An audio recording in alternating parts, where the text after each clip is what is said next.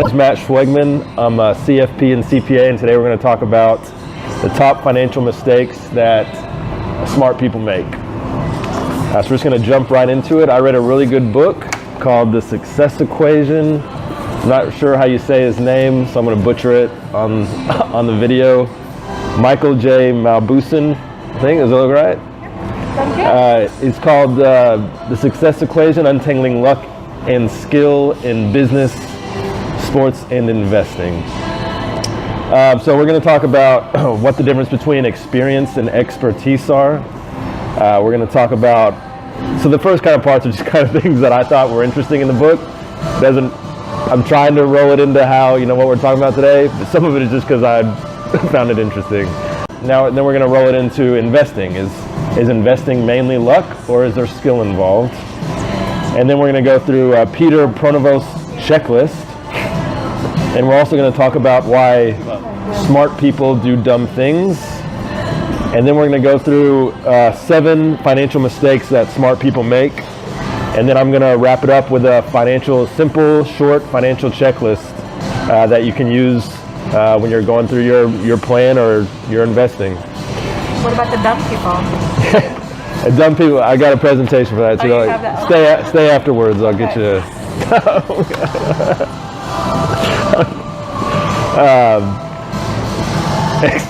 Experience versus expertise.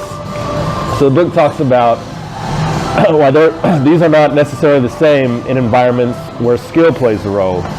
So you can have someone who's been around for a long time, has a lot of experience, but that doesn't necessarily mean they're an expert on the subject.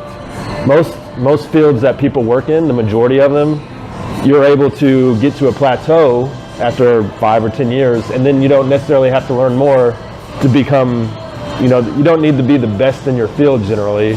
I think of like an auto mechanic. Do I need to go to the best auto mechanic in Houston every time I want my oil changed? Probably not. So you're able to learn a certain amount to master the skill you have, and then you can, take it easy. Whereas, if you want to become an expert at something, it takes very long hours practice.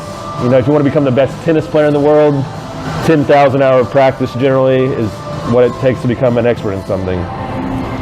And so where skill plays a role, those kind of environments, experience and expertise are not necessarily the same. And in environments where luck plays a large role, they are rarely, if ever, the same. So think about it. So if luck plays a big role, and that's what's causing the outcome, expertise doesn't necessarily help you, because you don't know what's going to happen. It's luck. You're going to you have a 25% chance of this happening and another 50% chance of this happening. You play no role in the outcome. So a quote from the book is, "Impressive title and years of experience don't help because the association between cause and effect is murky." And so I'm going to show how investing is more luck, and financial planning is more skill. And so here we're going to get into crystallized versus fluid intelligence. So crystallized intelligence is defined as the ability to use knowledge accumulated through learning.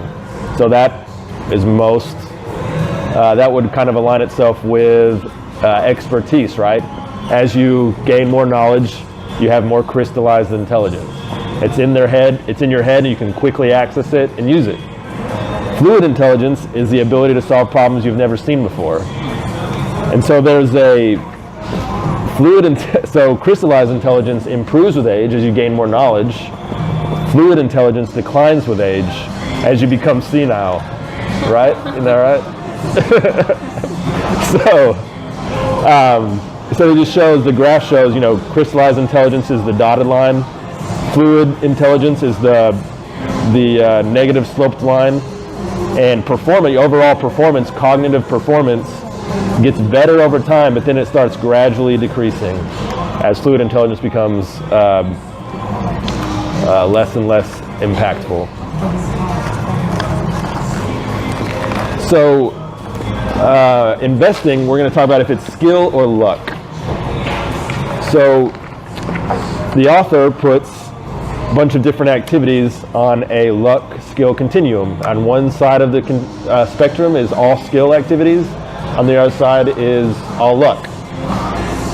Sports fall kind of towards the all skill. So think about it.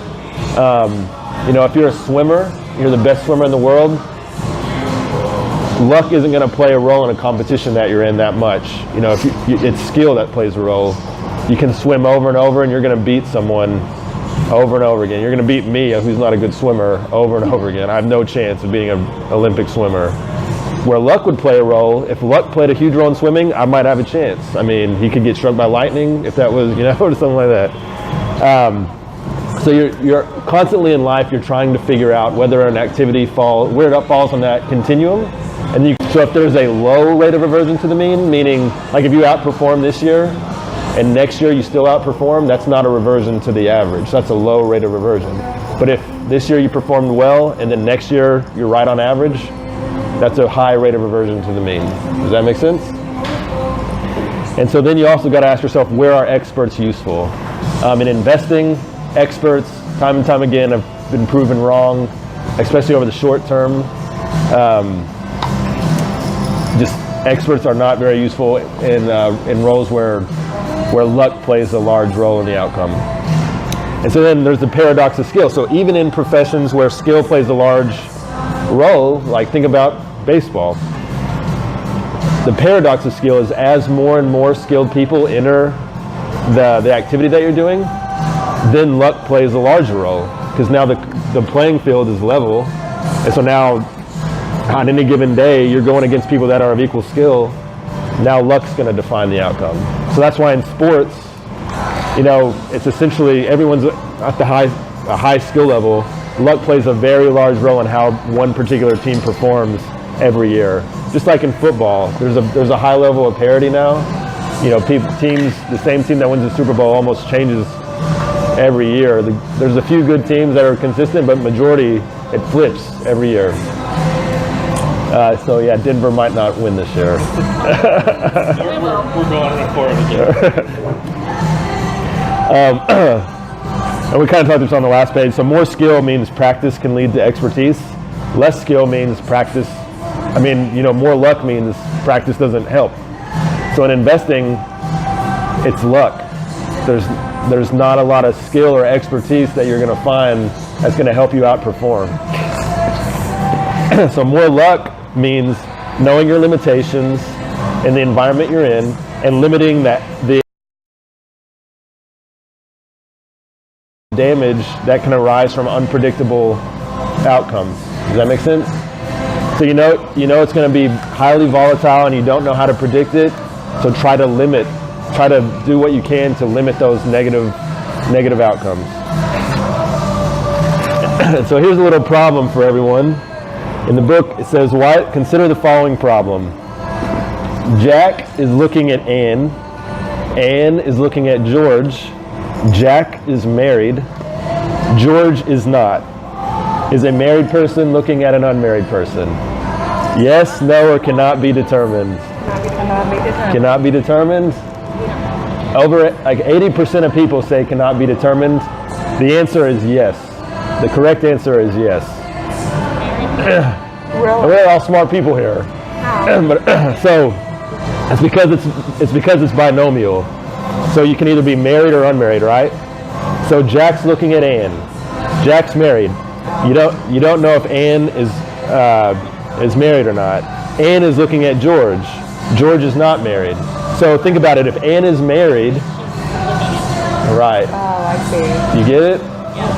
So, and why is that? So it's because of how people think. So everyone, there's a human tendency to want to pull from the areas of your mind that are just you want to. People are lazy in thinking.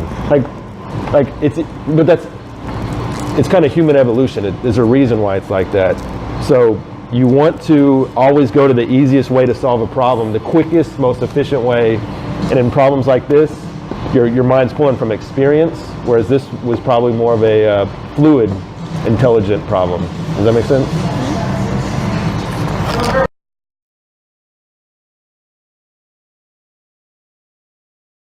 Now we're going to get into some of the mistakes smart people make. So mistake number one is psychological. Smart people are smart, and sometimes they don't consider that they make mistakes and the consequences of those actions. I heard something on NPR as I was driving back from San Antonio this week. They said, I don't agree with it, but it was a guy that came on TED Talk, and he said, he started out with, what do you think the best way to reach your goal is? Most people would say define that goal and start working towards it.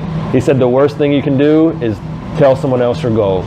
Don't tell someone else, because in your mind that triggers that you've already made a large step towards accomplishing it, and you'll stop trying.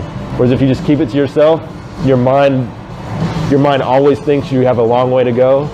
But they surveyed people who told someone the goal and someone who didn't tell the goal, and the people who didn't tell the goal thought they were on their way to achieving it, and these people are in the same spot, and the other people thought they were a long ways away. And so it's really drive. You're trying to influence drive. You want to make sure. So I would argue you define your goal, but you're just cognizant of what you need to do to get there. So there was a salary survey too. So this is another psychological survey that they did.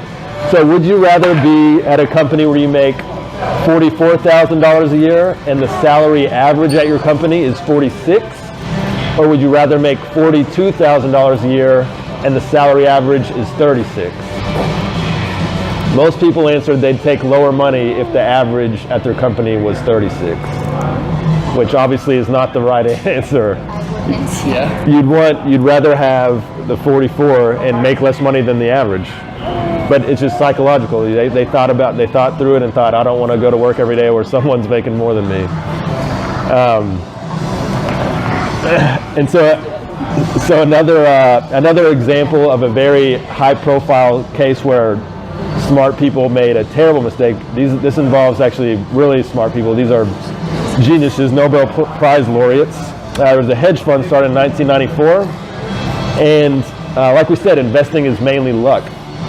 And so the board members of this hedge fund included Nobel Prize laureates who had invented a method for pricing derivatives. And so this company made very large bets in a world where it can quickly turn on you. Because not only is the environment unknown, but the makeup of the environment shifts. So a strategy that works today might not work tomorrow. So in 1994, they jumped out of the gate, 21% net of fees, and their fee was over 20%. So they actually did awesome. 1995, 43%, 96, 41%, 97, 17%, and 1998, they lost 50% through 8 months. And they actually had to be, this was important because it was the first bailout by the federal government. And this set up kind of some theories for why we needed the bailouts in 2008 for the big banks. So these guys were very smart, they got over leveraged, and they were burned. Another mistake is lack of diversification. So we're in Houston, a lot of people are in oil and gas, they get equity incentives. They might not realize that those equity incentives are now making up a large percentage of their wealth. We all know what happened a year or two ago when now oil's down to around $50 a barrel. They got their 50% of their net worth got affected. Athletes make very similar large bets on stuff. Tim Duncan lost a lot. He's suing his financial advisor for starting a wine company and taking his money in California. He's doing very well, but I mean, even smart. Not all athletes are dumb. These are smart athletes too, and they make bad decisions. And a lot of that is just hubris. They're the top of their sport. They're the best in the world at something, and they think that applies to other fields. They think that applies to business or investing, whatever, and it's not always the case. Company founders. If you found a company and you have all your net worth is tied up in that company, and it's hard for you to diversify out of that. And so again, some of the smartest people in the financial world, hedge funds and active mutual funds, investment in Valiant Pharmaceuticals. Pershing Square, a guy named Bill Ackman was one of the top hedge fund managers in the world, and Sequoia Fund, which is one of the highest rated actively managed mutual funds in the world, were highly, highly invested in Valiant Pharmaceuticals. Many had stakes of greater than 25%, a single company. And so from 2011 to 2015, June, Valiant Pharmaceutical returned 44%. Crazy returns. I mean, I don't know if you've heard about them in the news, but they were one of these companies that bought up a drug that was patented, jacked up the price, and now they're getting in trouble for it. Congressional oversight, they're getting investigated. So, that led to, in the first 4 years, Sequoia Fund was beating the S&P 500. 17% annualized return over 4 years is awesome. But you can see in the last year, Valiant Pharma is down 91%. Sequoia Fund's down 27% for the year, or for the 12 months ending 6/30/16.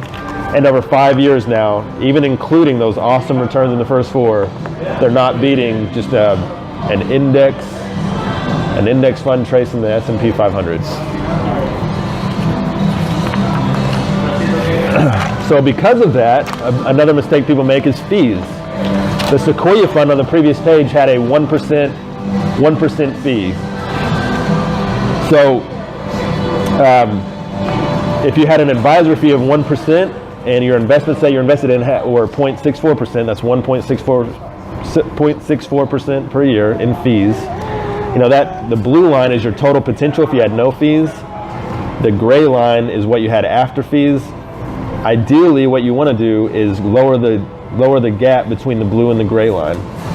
So if you invested $500,000 30 years ago, and you had 1.64% fee, you'd pay $580,000 in fees over 30 years. And your total potential is $1.4 million less than if you had a low expense ratio. So I guess that's kind of the point, right? So in investing, it's all luck. It's 90% luck. So what you can do is control what you know. Fees are going to hit, taxes are going to hit. Lower those things and get to as close to the blue line as possible. People don't diversify their accounts as far as taxes go. So you can invest in taxable, tax deferred, and tax-free accounts. Smart people actually use, so I talk about the Roth IRA and why it's a retirement wild card. There's an example of Max Levchkin. He is a 40-year-old entrepreneur. He started Yelp, essentially, and he invested in his own company in a Roth IRA. I think it was at like 30 cents a share, and it's now worth $22 a share. In 2012, it was at $22 a share. In a Roth IRA, he doesn't pay any tax on that gain. So he has $95 million that will never be taxed in his Roth IRA. That's crazy. So what you got to be careful though is in a Roth IRA, you can't invest in a company that you own. I'm sorry, that you control. Control is a big thing. Yelp was a big company. He made the argument, I don't control it. There's a million other, I don't own a majority share.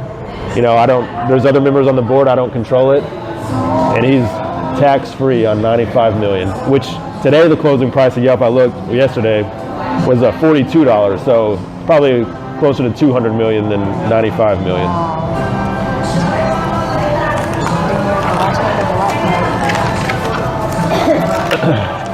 Another mistake people have made is with inherited IRAs. So this is stuff even lawyers help you out with this kind of stuff, but even financial planners sometimes get this kind of stuff wrong. So a spouse, if you inherit an IRA, a spouse can treat it as their own. So they cannot take withdrawals until 70 and a half.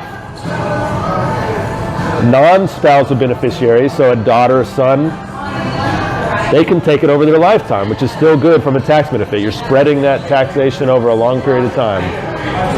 But if you leave your IRA to a trust, if you don't follow very specific rules, that's going to be can be taxed over 5 years instead of spreading it over a lifetime. So people are smart. People are setting up trust to protect from creditors and stuff. You got to keep in mind, what's happening in the future with your IRAs and stuff.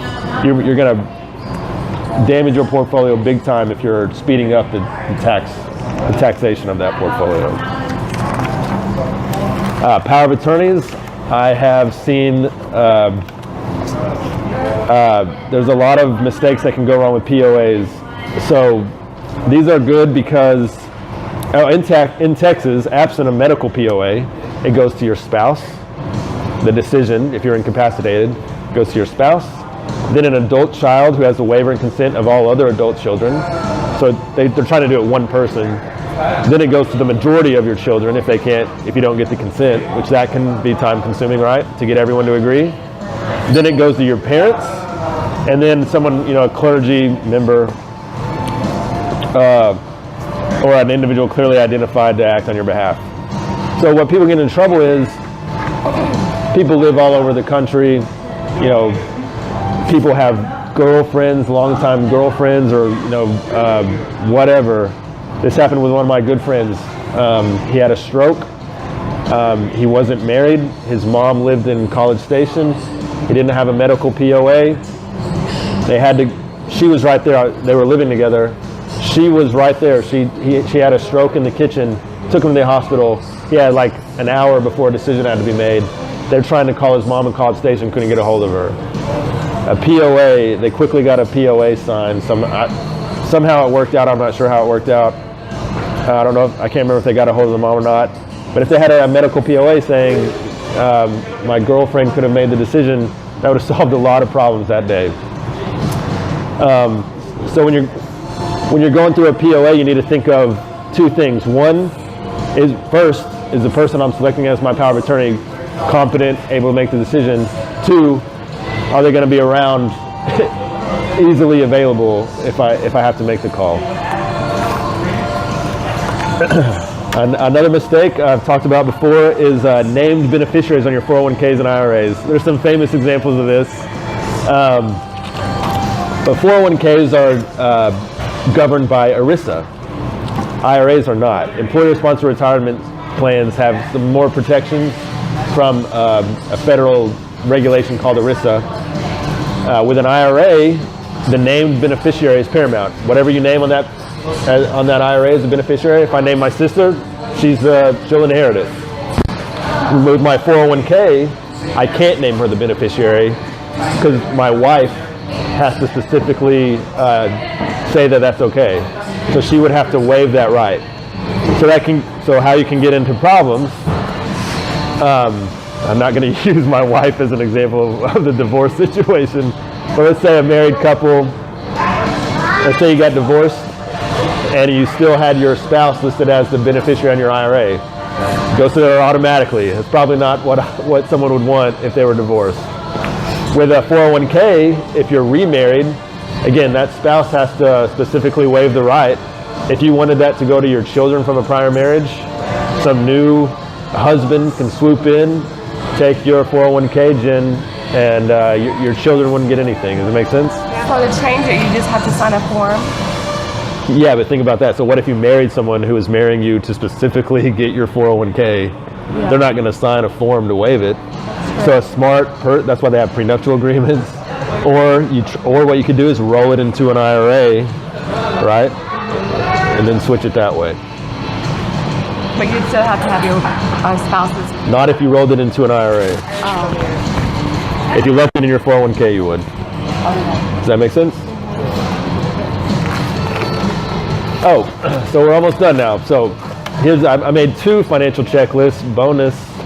The first one is if you hire someone. So if you hired someone to do your financial stuff for you. And you would want to. Thank you. Who is that? The first one is hire someone with expertise, not necessarily experience. Remember, those two are different. For financial planning, which again I say is an area where skill plays a large role. There's tax rules. We talked about these asset transfer rules. There's stuff where there's a lot of rules that you need to know. Knowledge, crystallized intelligence. You need to hire someone with expertise. So for financial planning, I'd say hire someone with expertise. For investment management, you don't need any expertise. It doesn't play a role. So hire someone with low cost. You might need expertise. That saying, you might need expertise in investment placement within those 3 types of accounts you have to realize the tax benefits. But as far as strictly the investment portion of it go, getting a good return, expertise does not play a role. Lower your costs. So if you're doing it yourself, again, despite that NPR TED Talk I heard, I still think it's good to define your goals and time horizons. Just don't tell anyone. Just don't tell anyone. There you go. Diversify your investments. Don't get, as we talked about, these hedge fund guys, don't make large bets. As we talked about in another point in the investment world, you're trying to limit your losses, limit the opportunity that's going to one industry or one sector or one asset category can fall in any one year. Put your eggs in a lot of baskets. Lower your costs. Diversify the types of accounts you use to invest in. That way you can lower the tax burden later on. As far as insurance goes, you want to identify and transfer unlikely risks with high potential damage. So there's 4 quadrants for risk. There's likelihood of occurrence and the amount of the impact. So, there's low likelihood and high likelihood, low impact and high impact. You generally want to insure low likelihood, high impact events. You don't want to insure, you want less need to insure, let me phrase this correctly. If you had a high impact, high likelihood event, you want to avoid that event. It's like smoking, right? High impact, you're going to die from it. High likelihood that you're going to die from it. Just avoid it. Life insurance for smokers is very expensive. It's like 2 or 3 times the cost. So avoid that, and then you're back to the low likelihood, high impact of dying. POAs, we talked about that already. Identify the risks that you might have, get those POAs in place, and then just know who will inherit your assets and the tax impact that can come from that. So that's the do-it-yourself checklist. And that's it. Any questions? I have my sources here on the back. What was the cards for? I forgot to do the card thing. Thanks for going back home and grabbing the cards. I know, but I think a lot of people are lucky. So yeah, luck plays a huge role, not even in investing, but also just successful companies. There's always these case studies of a successful company that has made it, and they find the business plan, the business model that works, and they write a book about it, sell 1 million copies, and then people try to apply it to their business, right? But that doesn't look at the full population of other companies that might have used that business plan but failed, so they're not around, so you can't analyze it. So you're only looking at successful companies. It's not the total population. So business too, luck plays a very, just like with Microsoft, Apple. I just watched the Steve Jobs movie the other day. You're at the right time at the right place. Right time, right place has a lot to do with it. And another weird thing the book said was, as people get higher and higher up in their company and they get paid more, they move into roles where luck plays a bigger part. Like CEOs. Tell me what makes a good CEO. Skill. Yeah, that's what you think. What you think. Right, but So they get there. that's how they get there. But now they're in a role where luck has everything to do with it. So they're getting paid these huge amounts of money, and sometimes that's not worth it. Yeah, I know a lot of CEOs that shouldn't be where they are. You do? You do? Probably. Wouldn't you think? Why don't you give them my business card? What? Right. What parties are you hanging out with all these CEOs? Obviously not. No, I mean, haven't you worked at big corporations that you're thinking, how did they ever get there? It's not that they're not just like she said, they're very skilled, they're very smart, but they've just moved into a role where luck plays a. Yeah, but don't you think common sense plays a role too? I mean, if you have no common sense, you don't think People, no. Right place, right time. Luck plays a big role in business. But that being said, there is evidence to show that even where luck plays a large role, skill still is important. Because think about it, if you have an incompetent CEO, you're more likely to lose even because of it, right? If he's making large bets on debt, structure, stuff like that. So you still need it, it's just once you're there, no guarantee of success. That's it. very good. Thanks. Understood it.